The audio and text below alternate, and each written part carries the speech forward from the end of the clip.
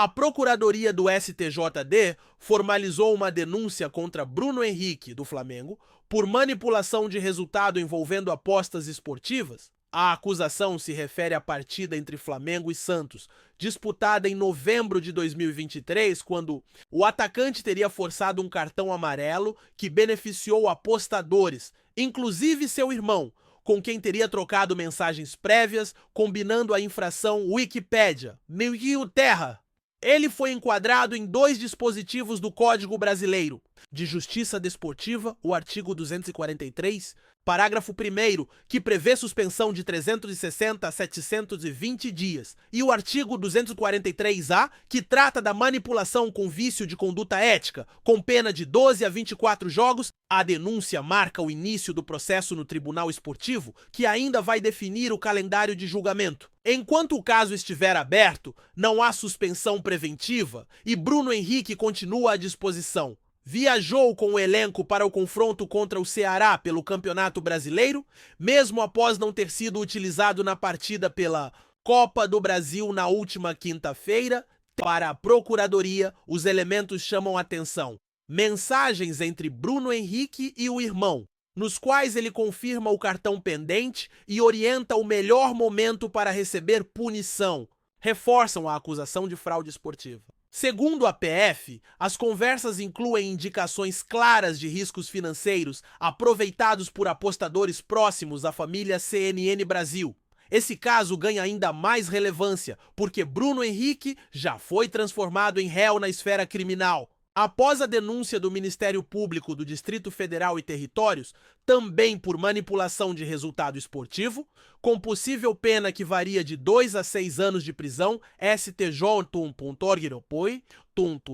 por 2 do Ruiz Plausentos 12 CNN Brasil, Plausentos 12, se for condenado no STJD, o atacante pode cumprir até 2 anos de suspensão, além de pagar multa entre 100 horas e 100 mil horas por infrações previstas nesses artigos do CBR7 Esportes, vai 6 e Rosa 6 Terra, Blause 6. Uma coisa é certa, o caso colocou a integridade do futebol brasileiro sob os holofotes. Vivemos um momento em que as autoridades estão mais rigorosas no combate às manipulações, e o Flamengo, como clube de grande visibilidade, ficará no centro das atenções até que o desenrolar do julgamento se encerre. Agora, quero deixar minha opinião pessoal. Eu entendo que, na perspectiva do clube, manter o jogador no elenco enquanto houver presunção de inocência é uma lógica natural. Ninguém aqui está julgando antecipadamente, mas também me pergunto, como fica o ambiente interno? Como ficam os jogadores que disputam vaga, a pressão da torcida, a imagem do clube quando um atleta é acusado por algo tão grave? São questionamentos legítimos, porque o futebol já não convive mais com incertezas sobre fraude, Bruno. Henrique continua treinando normalmente e deve estar no banco contra o Ceará. Mas se for punido, é bom lembrar, a consequência ultrapassa o campo. Estamos falando de um atleta renomado, com trajetória de glórias. Ele pode perder dedicações futuras, patrocínios e ficar marcado. E isso influenciará o tratamento que o Flamengo dará ao caso. Respaldo técnico, jurídico e até psicológico. O apoio será importante, mas com critério. Ainda não há data para a audiência, mas o risco de aplicação da denúncia é alto. A Procuradoria apresentou provas contundentes junto ao STJD. Se acatada, a pena será aplicada. E na minha cabeça, isso serve como alerta. É hora de o futebol brasileiro olhar com mais seriedade para os esquemas de apostas escondidas, para a cultura do jogo seguro, que incomoda e corrói a credibilidade de quem ama esse esporte. No fim, gosto de pensar que esse tipo de processo também é oportunidade para reflexão. O Flamengo, que investiu pesado no elenco e viveu tempos vitoriosos recentes, agora enfrenta uma crise que está fora da bola, mas que exige respostas firmes dentro dos tribunais, sim, mas também fora deles.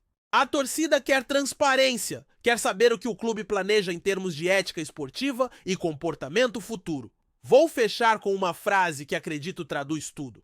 A presunção de inocência deve ser garantida, mas isso não significa silêncio. E quanto antes o caso for julgado, mais rápido o futebol se livra da sombra de manipulações tão danosas. O Flamengo, enquanto gigante do esporte, não pode se dar ao luxo de deixar essa situação no vácuo. O Flamengo está prestes a colocar ponto final em uma negociação cercada de incertezas. No nosso canal. Jorge Carrascal será oficialmente anunciado como o novo jogador do clube, fazendo após uma novela prolongada envolvendo o Dínamo de Moscou. O meio-campista colombiano teve sua documentação resolvida e agora está tudo pronto para que seja integrado ao elenco treinado por Filipe Luís. A novela que se transformou essa contratação finalmente chega ao fim e a expectativa é grande para sua estreia. A diretoria estuda uma forma de fazer o anúncio ainda nesta semana. Tudo se consolidou com a chegada ao Rio de Janeiro de documentos que o Flamengo aguardava com urgência. Carrascal já passou por exames médicos, esteve no Maracanã e participou dos treinamentos. Faltava apenas a formalização burocrática, algo que estava travado pelo clube russo, uma situação que frustrou até uma previsão de apresentação para o torcedor. Agora, com tudo encaminhado, o alívio é palpável dentro e fora do campo. Na minha visão, essa resolução só reforça a seriedade do Flamengo em trabalhar com planejamento. Muitos jogadores chegam com novela no currículo, mas poucos deixam essa impressão depois de integrados. O caso de Carrascal abriu espaço para especulações e dúvidas, mas teve maturidade para ser resolvido. E, sinceramente, isso diz muito sobre a gestão atual. A capacidade de resolver o impasse sem desgaste público é sinal de profissionalismo. Olha, se você observar com calma, esse anúncio faz mais sentido do que parecia inicialmente. Carrascal chega para incrementar um setor que já ganhou novos talentos nesta janela, como Saúl Ñíguez, Emerson Royal, Samuel Lino, reforços que buscam dar profundidade e alternância funcional ao grupo. O colombiano vem para disputar posição no meio, oferecer criatividade, romper linhas e ser mais uma opção técnica para Filipe Luís. Um jogador com bagagem europeia, mas que ainda tem vontade no meio do campo, ideal para dar um toque diferente ao sistema ofensivo. Também acredito que Carrascal traz esperança de equilíbrio ao elenco. Ele pode ser utilizado como criação central ou até flutuar pelas pontas dependendo da leitura de jogo. No estilo de jogo que Filipe gosta, com circulação rápida e mobilidade ofensiva, esse jogador pode encaixar bem. Para mim, se encaminhar com naturalidade durante os treinos iniciais, pode ganhar espaço e se tornar referência de criação. Além disso, o simples fato de o Flamengo resolver essa pendência com o Dínamo dentro do seu próprio calendário mostra que a diretoria está preparada para não deixar impasses burocráticos atrapalharem a performance. E isso soam como sinais de maturidade esportiva, além de ser fator de tranquilidade para o técnico e para os jogadores que estarão com ele dentro de campo. Do ponto de vista da torcida, a expectativa é máxima. Carrascal chegou com status de reforço de peso e mesmo sem ter vestido a camisa rubro-negra oficialmente, já circulam vídeos de torcedores comemorando a chegada. A curva da empolgação pode crescer bastante se ele conseguir mostrar personalidade e qualidade em campo logo na estreia. A partir de agora, a estratégia é integrar o jogador com cautela, mas ambição. Ele chega no meio da temporada com várias competições ainda em disputa, Brasileirão, Libertadores e Copa do Brasil, e será necessário encontrar o timing ideal para a escalação. Minha recomendação seria utilizá-lo alternadamente com jogadores mais rodados para dar ritmo, observar encaixes táticos e proteger sua condição física. E, claro, esperar que ele floresça como alternativa ofensiva de peso. Por fim, esse desfecho coloca Jorge Carrascal oficialmente como parte do elenco que pretende brigar por todos os títulos da temporada. Ele não é apenas mais um nome no papel. A diretoria fez questão de resolver a questão documental antes de qualquer anúncio ou comemoração pública. Isso mostra coerência e planejamento, algo que deveria servir de exemplo para outras. Negociações que enfrentem obstáculos burocráticos no futebol brasileiro. Com Jorge Carrascal, agora oficialmente integrado ao elenco do Flamengo, a pergunta que começa a se desenhar nas rodas de torcedores e nos bastidores é: onde exatamente ele vai jogar? Em um elenco cada vez mais robusto e cheio de alternativas? Encontrar o encaixe ideal para um meia com características ofensivas, de mobilidade e criação, exige não apenas espaço, mas também inteligência tática por parte de Filipe Luís. E aí, sinceramente, eu acho que o treinador tem uma joia nas mãos, só precisa lapidar da maneira certa. Carrascal é um jogador de movimentação, desses que gostam de pisar em diferentes zonas do campo, alternando entre centralização e flutuação pelas pontas. Ele não é um camisa 10 clássico, daqueles que ficam estáticos distribuindo o jogo. Pelo contrário, é um meia que gosta de acelerar, infiltrar, buscar o 1 contra 1 e finalizar em um Flamengo que tem apostado em esquemas como o 4-3-3 ou o 4-2-3-1. Carrascal pode ser a peça que dá o toque de instabilidade ao adversário. Eu, particularmente, vejo muito potencial em utilizá-lo como meia central no 3 do meio-campo, atuando à frente de dois volantes, por exemplo, Alan e Saúl Ñíguez. Carrascal poderia ter liberdade para se movimentar entre as linhas, encostar no centroavante e ainda abrir espaço para diagonais dos pontas. Essa posição daria a ele o campo ideal para exercer sua criatividade sem precisar se desgastar tanto na recomposição. Algo que sabemos que ainda não é seu forte. Outro cenário possível e igualmente interessante é ver Carrascal partindo do lado esquerdo como um ponta armador, flutuando para dentro e abrindo o corredor para um lateral ofensivo como Ayrton Lucas.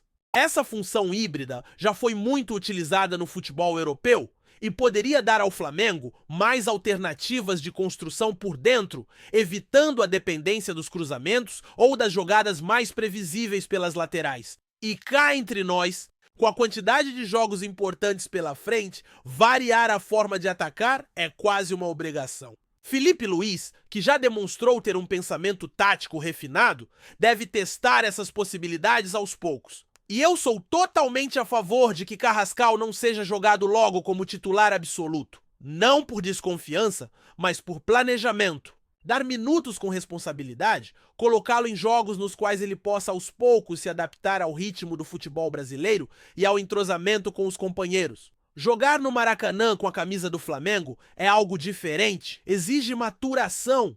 Agora, em termos de impacto no elenco, a chegada de Carrascal naturalmente altera a hierarquia do meio-campo. Jogadores como Gerson, que já deixaram o clube, abriram espaço, com Everton Araújo ganhando moral e Juninho começando a mostrar personalidade. Carrascal se junta a essa turma como um nome mais experiente, mas ainda com margem de evolução.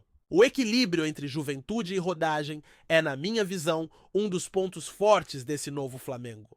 E vamos ser sinceros, Carrascal pode não ter estourado na Europa, mas tem bola para ser diferencial aqui, se encaixar bem com Samuel Lino e Pedro, por exemplo. Esse trio pode render boas jogadas e criar um novo padrão de ataque que não depende apenas de velocidade ou imposição física, mas sim de inteligência e movimentação. No fim das contas, a chegada de Carrascal não é apenas mais uma contratação, é um movimento de médio e longo prazo que sinaliza uma filosofia clara da diretoria. Montar um elenco técnico, dinâmico, com múltiplas soluções e vocação ofensiva. E para mim, isso é animador. Mostra que o Flamengo está pensando não só no hoje, mas no que pode se tornar em um futuro próximo. Um clube não apenas vencedor, mas encantador de se ver jogar. Então é isso, meu amigo. Essas foram as notícias do Mengão. Ficamos por aqui. Um forte abraço e saudações rubro-negras.